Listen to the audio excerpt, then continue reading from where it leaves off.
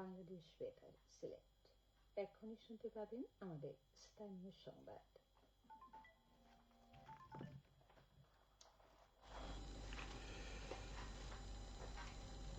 আসসালামু আলাইকুম। সন্ধে ৭টা। বাংলাদেশ বেতার সিলেট সংবাদ পড়ছি আনোয়ার হোসেন রনি।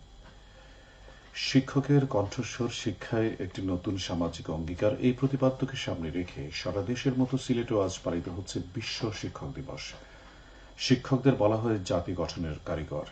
একজন মানুষের জীবনে মা বাবার পরেই জীবন গঠনে সবচেয়ে বড় ভূমিকা পালন করেন শিক্ষক।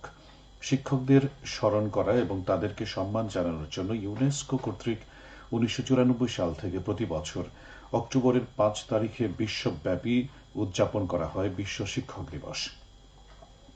দিবসটি পালনের নীতিমালা অনুযায়ী শিক্ষা প্রতিষ্ঠান সহ সব উপজেলা, জেলা ও জাতীয় পর্যায়ে উদযাপন করার নির্দেশনা দিয়েছে শিক্ষা মন্ত্রণালয়।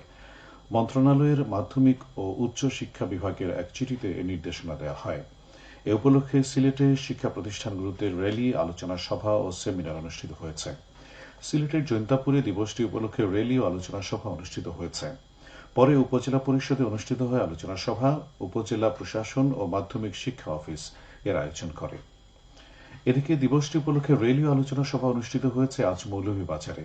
সকালে সরকারি কলেজ ক্যাম্পাস থেকে বের করা হয় র্যালি। পরে এম সাইফুর রহমান অডিটোরিয়ামে অনুষ্ঠিত হয় আলোচনা সভা।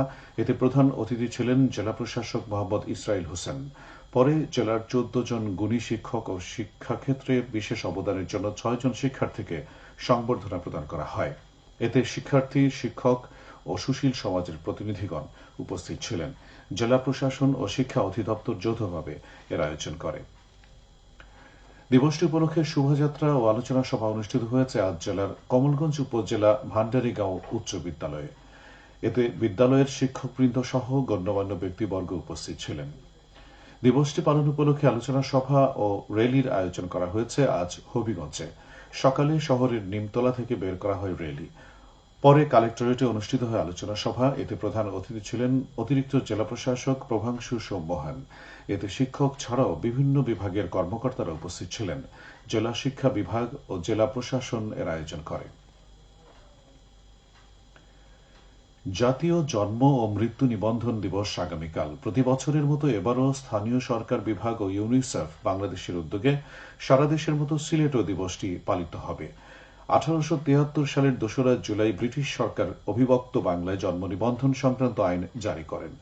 এরপর ২০০১ থেকে ২০০৬ সালে ইউনিসেফ বাংলাদেশের সহায়তায় পাইলট প্রকল্পের মাধ্যমে ২৮টি জেলায় ও ৪টি সিটি কর্পোরেশনে জন্ম নিবন্ধনের কাজ নতুন করে শুরু হয়। তবে জাতিসংঘের টেকসই উন্নয়ন লক্ষ্যমাত্রা অর্জনে আগামী ২০৩০ সালের মধ্যে ৮০% জন্ম এবং মৃত্যু নিবন্ধন সম্পন্ন করতে জাতীয় জন্ম নিবন্ধন দিবসকে জাতীয় জন্ম ও নিবন্ধন দিবস পালনের সিদ্ধান্ত নেয় তৎকালীন সরকার। জন্ম ও মৃত্যু আইন ২০০৪ অনুযায়ী শিশু জন্মের ৪৫ দিনের মধ্যে জন্ম নিবন্ধন এবং কোনো ব্যক্তির মৃত্যুর ৪৫ দিনের মধ্যে মৃত্যু নিবন্ধনের কথা বলা হয়েছে। এ উপলক্ষে জেলা প্রশাসন সহ বিভিন্ন সরকারি বেসরকারি সংস্থা আয়োজন করবে নানা কর্মসূচি। এসব কর্মসূচির মধ্যে রয়েছে র্যালি, আলোচনা সভা ও সচেতনতামূলক প্রচারণা। শারদীয় দুর্গাপূজার নিরাপত্তা নিশ্চিত করতে সারা দেশে প্রায় ৩৩,০০০ পূজা মণ্ডপে ২,১৩,০০০ প্রশিক্ষণপ্রাপ্ত আনসার ভিডিপি সদস্য মোতায়েন করা হয়েছে।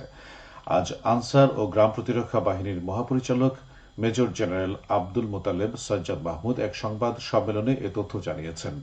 আনসার সদস্যরা আগামী ৮ই অক্টোবর থেকে ১৩ই অক্টোবর পর্যন্ত ৬ দিন পূজা মণ্ডপের নিরাপত্তায় নিয়োজিত থাকবেন। এদিকে দুর্গাপূজার নিরাপত্তা নিশ্চিত করতে সীমান্তের পাশাপাশি দেশের পূজা মণ্ডপগুলোতেও নিরাপত্তা নিশ্চিত করতে কাজ করবে বর্ডার গার্ড বাংলাদেশ।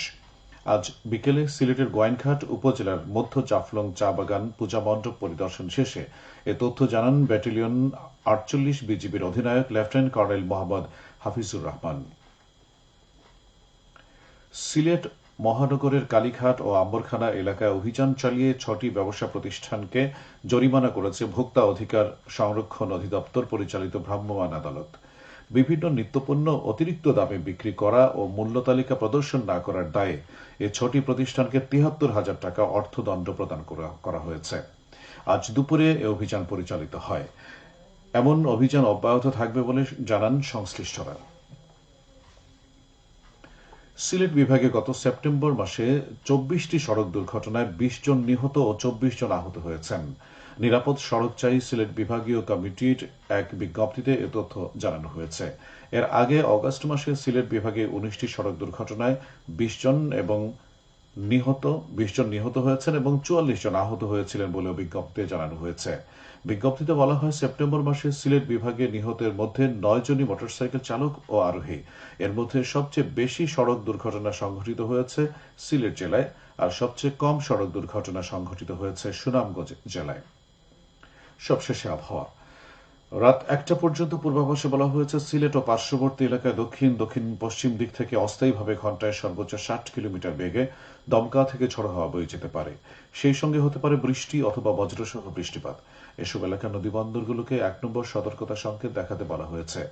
আজ সিলেটের সর্বোচ্চ তাপমাত্রা ছিল ২৭.৬ ডিগ্রি এবং সর্বনিম্ন ২৪.৩ ডিগ্রি সেলসিয়াস।